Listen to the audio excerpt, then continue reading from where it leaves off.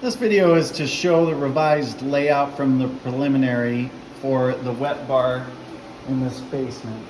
And what I did was I fastened 3/4 inch plywood on the left limit and the right limit to allow myself 3/16 spacing on each side to make sure that I had a little room to breathe where the beverage cooler is going in, which right now is a 29-inch opening, and that is creating more space than I need. But what I found is after the cleating, the cord, and the swing of the door, to have that extra space ensures that the door pivot isn't rubbing against a cabinet face frame, and it's better to have that space to make the installation easier, especially if you have room to work with to facilitate the other custom built cabinetry.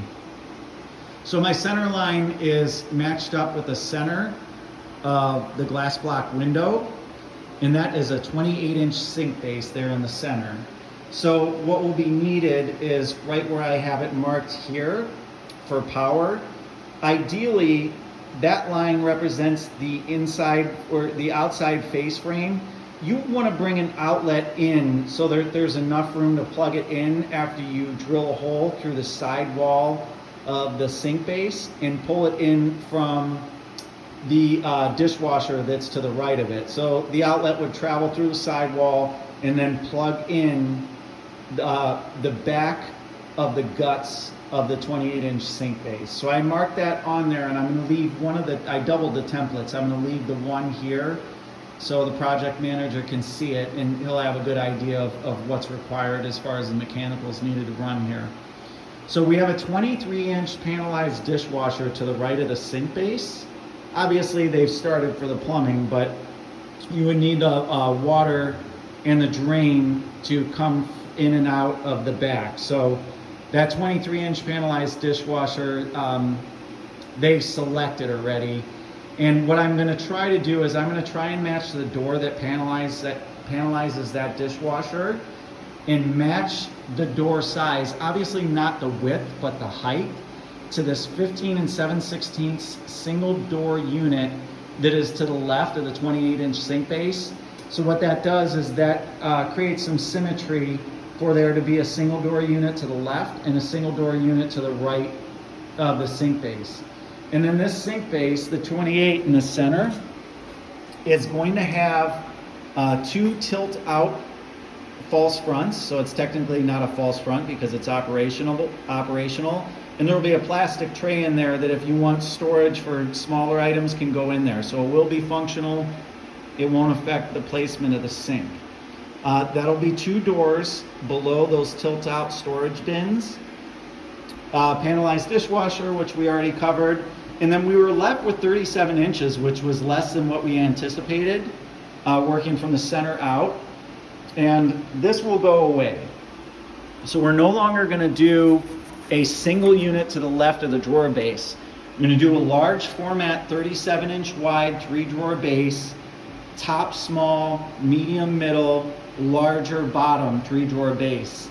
And at 37, that's okay. It's wider where we have to amend the warranty and say there's the potential for deflection in the face frame. I've done 42s and I've not had to go back to that, but there will be an amendment on the warranty due to the width. And that's just because of deflection in the lateral support pieces.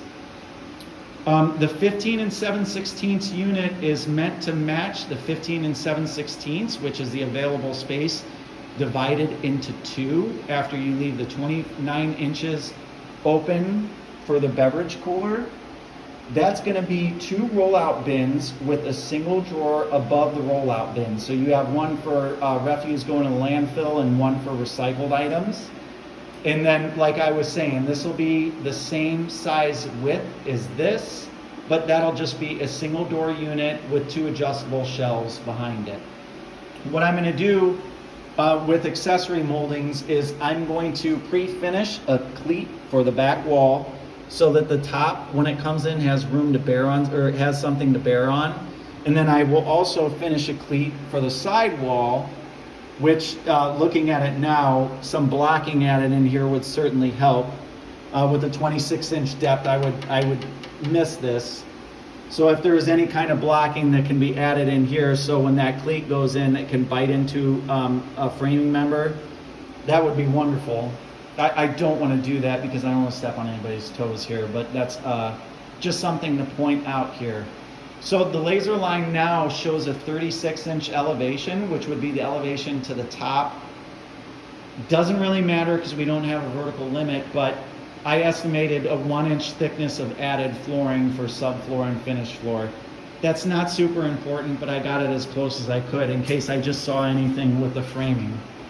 So this is the layout as it stands. 37-inch 3-drawer base, 23-inch panelized dishwasher, 28-inch 2-door, 2 tilt-out tray sink base, 15 7/16 single door unit, 15 7/16 double rollout bin with a small drawer above it, 29 inches open for a beverage cooler, and I did mark on here that power will be needed behind there.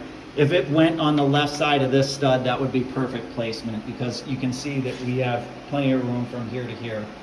So that pretty much covers this whole layout. Everything looks pretty good. I'll revise into an intermediate once this video is viewed by everybody and adjust the quote.